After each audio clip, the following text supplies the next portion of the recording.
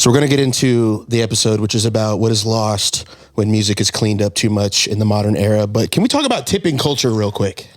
Like how we tip at restaurants or... Precisely. And really not even restaurants. It's like everywhere these days. Just how many iPads do I have to see that suggest an insane tip amount at places where the people don't deserve tips? What kind of places are you suggesting don't deserve tips that are just, putting this in your face? Okay, well, I mean, yeah, let's start with restaurants. If I'm ordering to go, why am I presented? You should tip. Why? For what? I mean, maybe like a 5%er, and I mean, nothing crazy. Okay, but they flip you the iPad. The person working there is standing right there, like looking at you, like, could you fill this out? Just finish this for me. And the recommended tips are 15, 20, 25, fucking 30%. Yeah, but you know how hard it was to flip that iPad around? Oh my God, bro. You're part of the problem. No, I feel guilty as fuck every time I do it. They're playing off of our guilt. And it's working. I know. Dude, it's everywhere. Like there's a couple companies. It's like Clover is one of them. You're so invested in this that you know the companies. I've been going in, bro. Like I'm kind of upset with where we're heading. Like not everything deserves a tip. I'm a big tipper. I used to work at a restaurant. I relied on tips. I get it, but like it's kind of getting out of hand. They're playing off of guilt, and I'm not here for it, honestly, Ben. I think it probably has to do with the fact that so many people are ordering like Uber Eats and all these delivery services, right? That are probably taking away from like the in restaurant dining experience. So people that made a lot of money off of tips are probably struggling with like the pickup and like to go. Well, and it started with the pandemic. Yeah. That's when it really started getting out of hand. Let's just blame it on that. It kind of, that was the catalyst. For sure. If we're being honest. Yeah, we are. But I'm kind of sick of it, man. Can we cool it with the suggested tipping amounts at we're going to be tipping. How long until we're tipping our doctors? You know what I mean? It's just getting out of hand, bro. I'm getting sick of it. Wow. Okay. Well, this is a music podcast, Henry. I didn't know that we were going to go so deep into tipping culture. By the way, you can leave a tip on this video on YouTube. We would really appreciate it. Yeah. If only it suggested like 15, 18, 20%. $100 recommended tip amount on this podcast. But we appreciate you. So this episode, the topic we want to discuss is essentially based on a New York Times article. Yeah, let's tell the story of how this even... Okay, you go ahead. I think you'll tell it best. No, you go ahead. No. All right, so somehow my dad is like making an appearance on the podcast way too often. Shout out Pops, man. Yeah, I never thought... I mean, I did get like my interest in music predominantly from my dad, right? Like he's the dude with the vinyl collection, always playing music at, any given moment, right? Like had to learn how to use Spotify because he was like blown away by the fact that you could have access to every fucking song on the planet, at the click of a button. Who wasn't blown away? But so he always sends me articles, man. He always sends me like, yo, did you see this? Did you see that? Like, I love it. It keeps me engaged with him and gives us something to talk about. But the one he brought up to me was this New York Times article, right? And so he had told me about it, but I didn't, look into it yet. But then, we're at my son's 1 year birthday party. Shit was a rager. So shout out to Ollie, turned 1. Fucking threw a rager of a party. Yeah, people were jumping off the roof, wasted. The alcohol was actually... It was flowing. But so apparently on Henry's way out, shout out to Uncle 3. That was right when I got there, bro. Right when you got there. As soon as I said what's up to him. He wasted no time. Slid me the article. Okay, slid him the paper version. Yeah. No links. No, he gets the paper. He snipped it out too. It's like a half of a page. Cut it perfect, folded, snuck it into my pocket like a drug deal. It was phenomenal. Amazing. So, he apparently wanted Henry to read it too. Henry read it. I read it actually just when I got here, at the studio. What is lost when music is cleaned up too much? So the gist of the article is essentially... Not profanity, because it sounds like, music is not clean in that sense. It's probably getting dirtier and dirtier by the second. But no, this was referring to basically there's a father in the article who's taking a ride with his children, and he puts on some music from his era, and one of the kids basically comments like, you listen to this? And the comment was, not about like the actual type of music or anything, but it was about the sonics being like, dirty and raw and, basically not cleaned up enough, right? Because almost mumbly, some notes are missed. It was a Beach Boys record, I think. Yeah.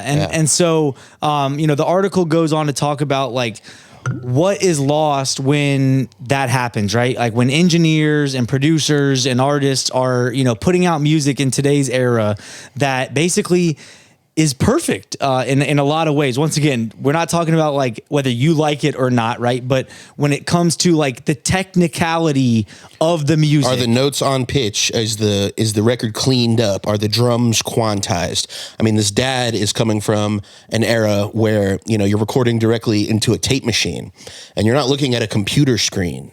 You're just you're not looking at anything. Yeah, you can't you don't see the music the song. There's nothing to see. You just record it, and then you listen back, and you're going all off of feeling.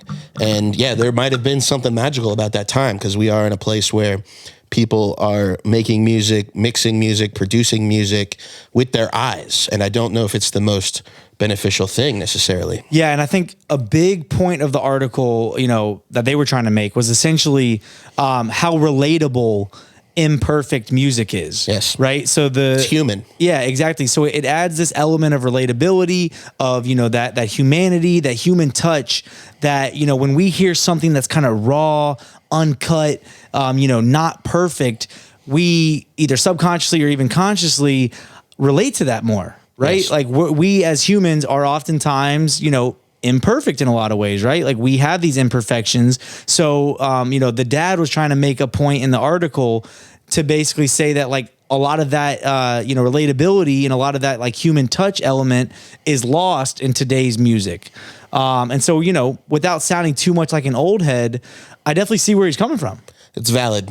Yeah. It's valid. It's isolating as a listener to hear a perfectly pristine, perfectly pitched, and a lot of the music starts to sound the same as well, because when the artist can, to your point, be in perfect pitch, in perfect tune, perfect spacing, the beat can be perfectly, mixed, et cetera, et cetera. The imperfections were kind of what gave a lot of the variability and a lot of the, uniqueness to music back in the day. You know what I mean? Absolutely. I know what you mean. I mean, yeah, it's definitely it's easier than ever to fix things that you think are wrong, but it's also super easy to get into a mode where you're kind of just on autopilot, where you're just listening for wrong notes, you're listening for timing being off, you're listening for these technical things, and you're ignoring how it makes you feel, which at the end of the day is the most important thing. You should always be listening for the feeling. And when you're just watching, you don't do that as much. Yeah. And you get caught in this trap, I think. Right? Exactly. You see the vocal off a beat, right? You see the vocal pitch off a key, like, you know what I mean? Or a half note, whatever it is that, so I wanted to get your experience, right? Like you are the engineer producer of our little duo we got going on here. I do not make music. I've been in sessions though, so I can kind of relate to some of the things we were talking about off camera, but I wanted to get your input and I guess your experience, right? Like as an engineer and as a producer, because you live this shit all day, every day. Like this is what you do. And I think that you've had some experiences where you like struggle with this exact concept. So many. So like walk us through when you're in a session and you're recording an artist and you're helping, vocal produce for them, or even if you're mixing a record, like what are some of the things that you've seen and how do you, I guess, overcome this challenge of like not making it too perfect while still not having it sound like too raw where it doesn't sound good enough? Yeah, I would say my earliest memory that relates to this topic is when I first started mixing records and recording rappers. I learned very early about flex time. It's called flex time in Logic. I think in Pro Tools it's called like elastic audio. And essentially with a couple clicks, you can move, one little half a second of audio, 1 second of audio, and nudge it into place. And my first thought when I just learned how to do that was like, oh, when I record this rapper, if they're not perfectly on beat, I need to nudge their raps perfectly on. Every syllable is perfectly on beat. Bang, bang, bang. They're hitting it.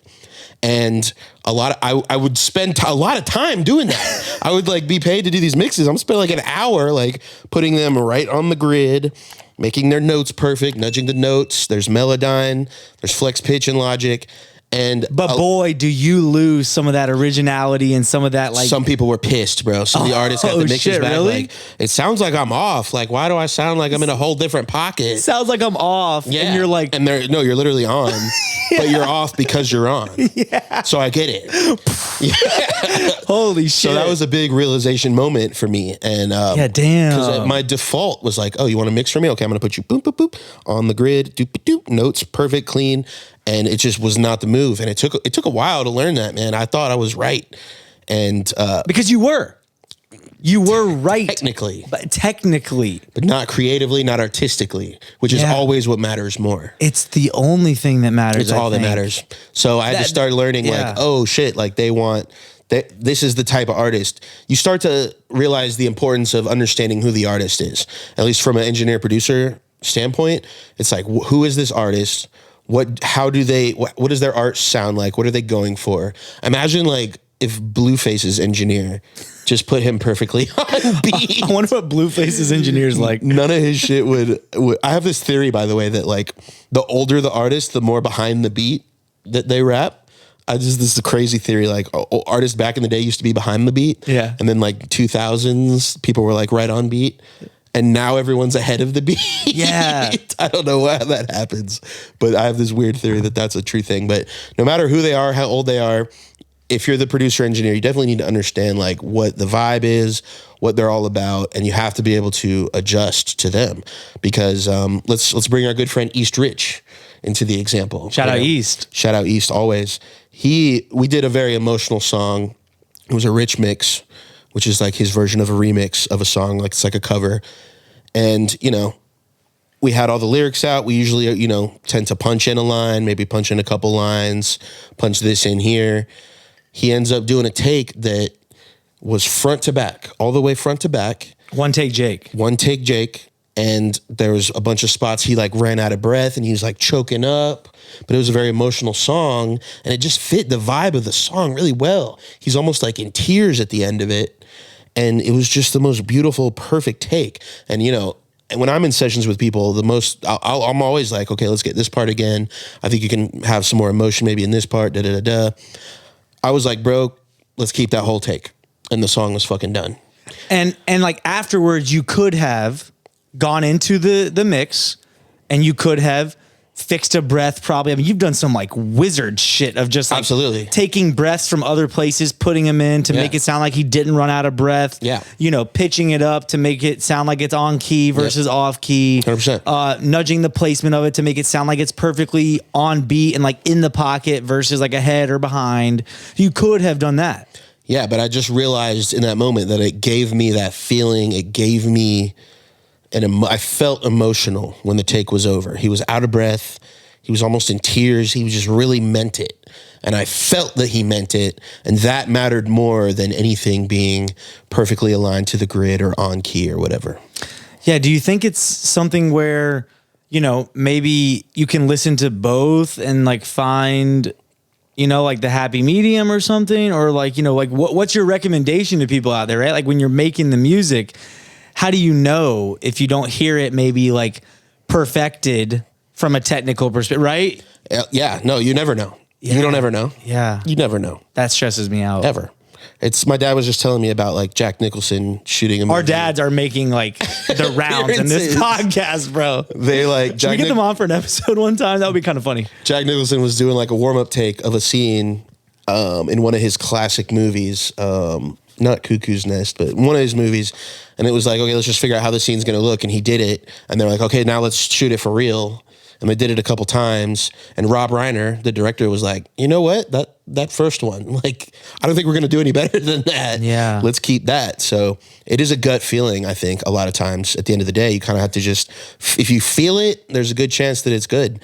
And also another thing I noticed working with artists is that the more you try to pound out the perfect take, the further away from the raw emotion you get. Oh my God, I've heard that. Yeah. Yeah, like it's getting worse and worse and worse most times. Yeah. You're trying to just force this emotion, whereas like you had the emotion when you like first heard the beat and you first started trying to hit it. That's when you had it. So trying to recreate it sometimes, It depends on every artist. Like I said, just people are different. You know what I mean? Yeah. Do you think that the artist knows best in this case, or like what's your gut feeling though? That's a good question. Right? Yeah, I don't know. It's like, because, to your point, maybe some artists want that like perfect, pristine, I'm never off beat, I'm never off key. Look at Taylor Swift. Yeah, her engineer's not letting her sound like she fucking breathed wrong. It's that pristine, perfect little image, and I guess if that works for her, it works for her. That's why all of this shit is always going to be case by case basis. Don't take anything we ever say, I think, for permanent face value. Yeah. Just not how definitely music not us works. two. But not anyone. But definitely not us two. Definitely not me and Henry. For sure. Like, go do your own fucking homework. We're just here to like provide you with some like thought provoking shit. Like that's what we do here. We'd love for you to have some thoughts based on what we say. But like, go listen to other people talk about this stuff 100%. and read the article. Yes. Yeah. So, New York Times, what is lost when music is cleaned up too much, I think. Yeah. If your dad doesn't have like a paper copy and snipped it for you, you could probably find it online. Yeah. If we did find it, we'll link it in the, description of this shit, because it was a really short read, but it's good though. Got us thinking. And it's so interesting now too, as a producer, like, there's plugins. If you're a producer, I'm sure you know about RC20. Oh yeah, for sure. Yeah. All right. Yeah, like RC20 is the most basic. I'll dumb it down for you. So they make plugins now that make music sound older and vintage. Wow. It's like so backwards. Here's a brand new shiny plugin that makes shit sound like it's 30 years old. They're like, we know you sound too new. Too clean. Let's fuck it up a little bit. Yeah. Distortion, like distorting 808s. What do you think distortion is? It literally takes the sample rate. It takes the quality of the audio file. Yeah. And lowers it a lot. Oh. It fucks it up so that it's like, and it's hitting. And so that's what it's doing? That's what it's doing, bro. It's literally lowering the quality of it tastefully. So it's just so funny that we just go so far forward to go backwards now. I'll give one more example too. Shout out Germ. I work with my guy Germ a lot. Check out Germ. He's on G59. Suicide Boys label, yeah. Absolutely. When I first started recording Germ, I was doing my classic like rap vocal, almost like a Drake vocal, a lead vocal down the middle, clean, pristine top end, big body, sitting on top of the beat. Perfect rapper vocal. Yeah. Yeah. It's almost like pop rap. Yeah. He's so not that. Bro. Yeah. I don't know how I didn't hear it at first. I'm not sure how he kept you on as his engineer. I don't understand it either. Yeah. You're a lucky man. His style and the boy's style is, dark vocal, like not as much top end, blends in with the beat, almost hard. It is harder to understand, but it's just the vibe of his vocal, bro. And that's what it is. And you want to know what's perfect? Their audience is full of just, misfits that like probably don't feel like it goes back to that relatability thing, man. Interesting. Like those people, are like oftentimes, their fucking audience, like, it's like people that aren't like, getting freaking fed by a silver spoon type of folks. For sure. They're a little throwed off. And I think that like the music, they relate to it, bro. Yeah. So make music for you, first of all. Like you got to like it. You have to like it. And there will be an audience. Like there's an audience for anything. If it's really you, there are more people that feel like you do. Exactly. So, don't overthink this shit at the end of the day, but don't also feel like you got to perfect everything too much, because, once again, there was a unique perspective from this article that shows that maybe some of these more raw, authentic, records are the ones that you sit with for longer. But let me also play devil's advocate real quick. Okay. On the other I thought side we were wrapping things. up there, but go ahead. We were. Fighting technology and fighting advancement is also a losing battle, bro. You can't completely go against what's happening in the real world. Everyone's using autotune. Yes, it's cool. But you can also your autotune can fuck up, I'll hear like Future or Uzi, like their autotune like hits like a weird note. I'm like, oh, that was kind of weird. But then I'm like, oh, but it was kind of cool. There's just new ways to fuck up now. You know what I mean? Don't go completely against technology.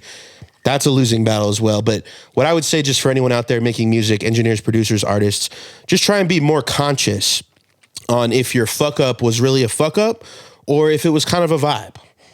You know what Absolutely. I mean? Be open to mistakes being cool, because some of my coolest shit in songs I've produced, in songs I've mixed were started as accidents, and that's real shit. That's amazing. Yeah. Yo, so if y'all fuck with this interview or this episode, excuse me, God, I'm so used to doing interviews. It's crazy. Not interviewing anyone this time. No, I'm just talking to you. Yep.